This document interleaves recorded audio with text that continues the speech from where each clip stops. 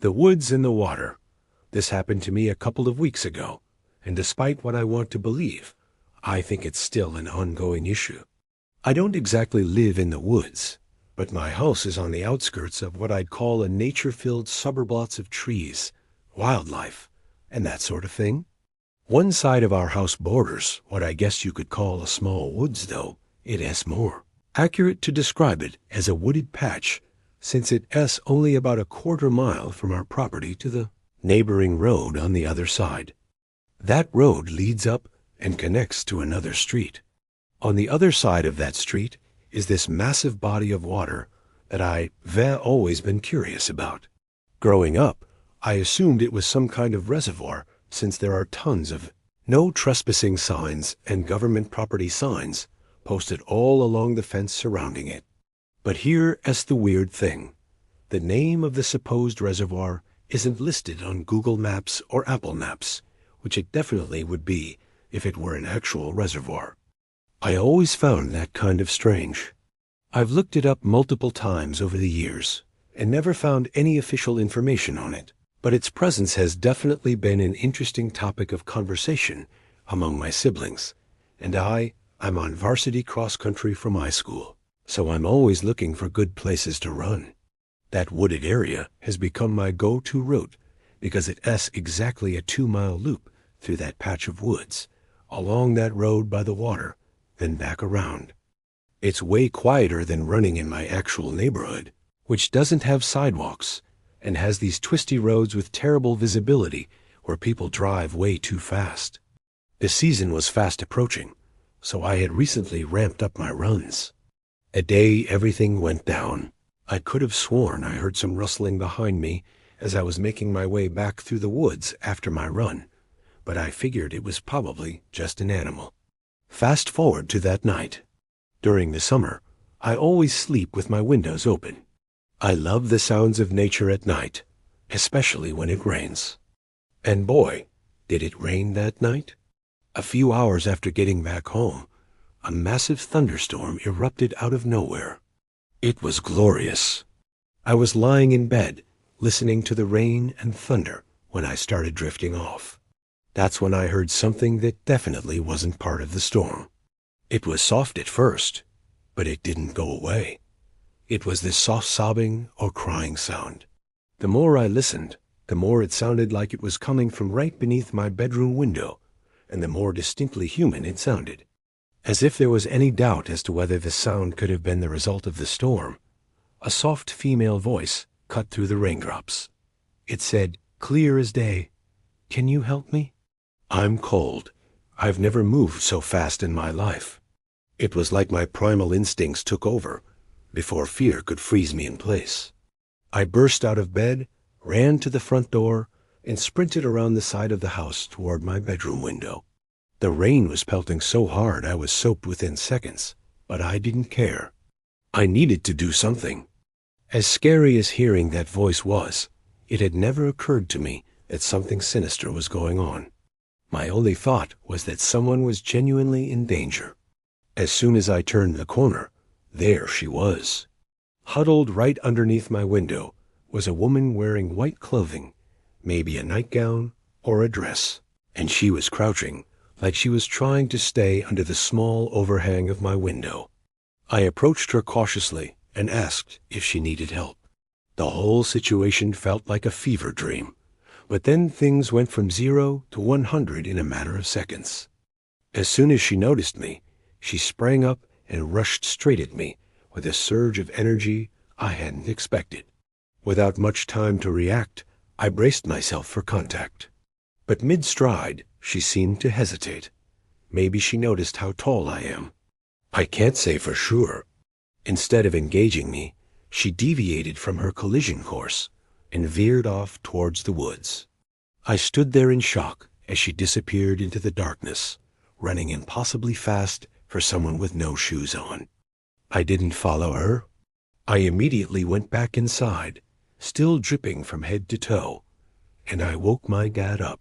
When I told him what happened, he was just as freaked out as I was.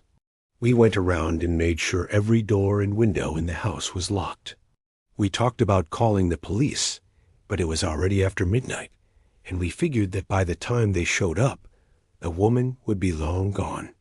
Plus, searching those woods in a thunderstorm seemed like it would be pointless and potentially dangerous for whoever had to do it, if they even agreed to. So, we decided to just deal with it in the morning, if necessary. I managed to fall back asleep eventually, and the next couple of days were completely normal.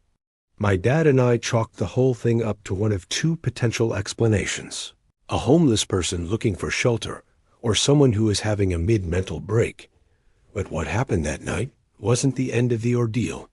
In fact, it was more like the beginning. Maybe a week after the initial incident, I was going on one of my usual runs.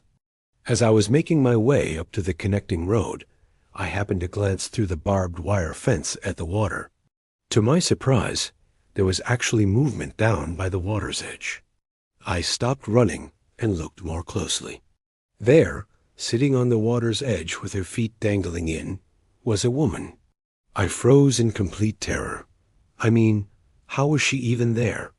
The fence around that property doesn't have any holes that I've ever seen, and it's topped with barbed wire, not to mention the fact that it's like 10 feet tall to begin with.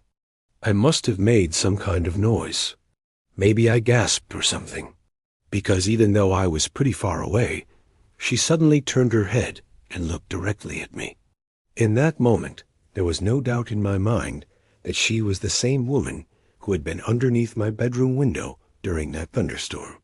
The moment she saw me, she got up and ran toward the fence with this completely crazed look in her eyes. She pressed her face right against the chain link and just stood there, smiling at me. And it was not a normal smile, I'm telling you. I yelled that I was calling the police, hoping that would scare her off. And I guess it did, because as soon as I said that, she turned and dove straight into the water. It was so unsettling and so unnatural that I felt unsafe just standing there. I called 911 immediately and tried to explain the situation. I tried to keep her in sight, but she swam out of view before the police showed up. When they finally did, they took my statement and said they'd investigate the area. They told me to go about my day normally, which I was kind of shocked by. I haven't seen her again since then, but I've started hearing noises outside my bedroom window at night, not crying like the first time, but just general sounds of someone moving out there. It's making me really paranoid, and I just know something else is going to happen.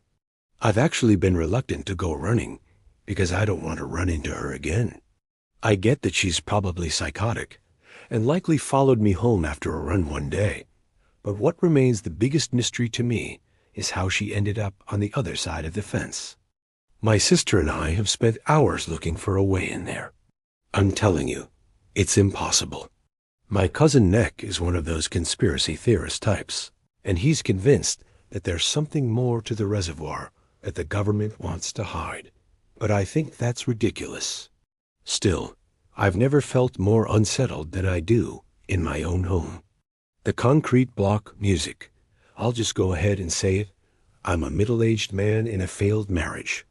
My wife and I fight over everything. I can't really remember what we were fighting about this time. Probably something stupid. I ended up storming out of the house, something that happens all too often. Usually, I just get a hotel room in a situation like this, but I didn't want her chasing after me, so I decided on a different option.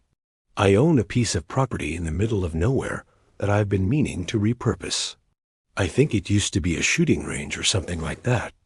I honestly don't know. The previous owner died, and his estate just wanted to get rid of it. The building itself is this weird concrete block structure with a few warehouse-type rooms downstairs and an office area upstairs. It's actually pretty big, despite being only a few rooms. I figured I'd spend the night there. There was no way she'd be able to find me.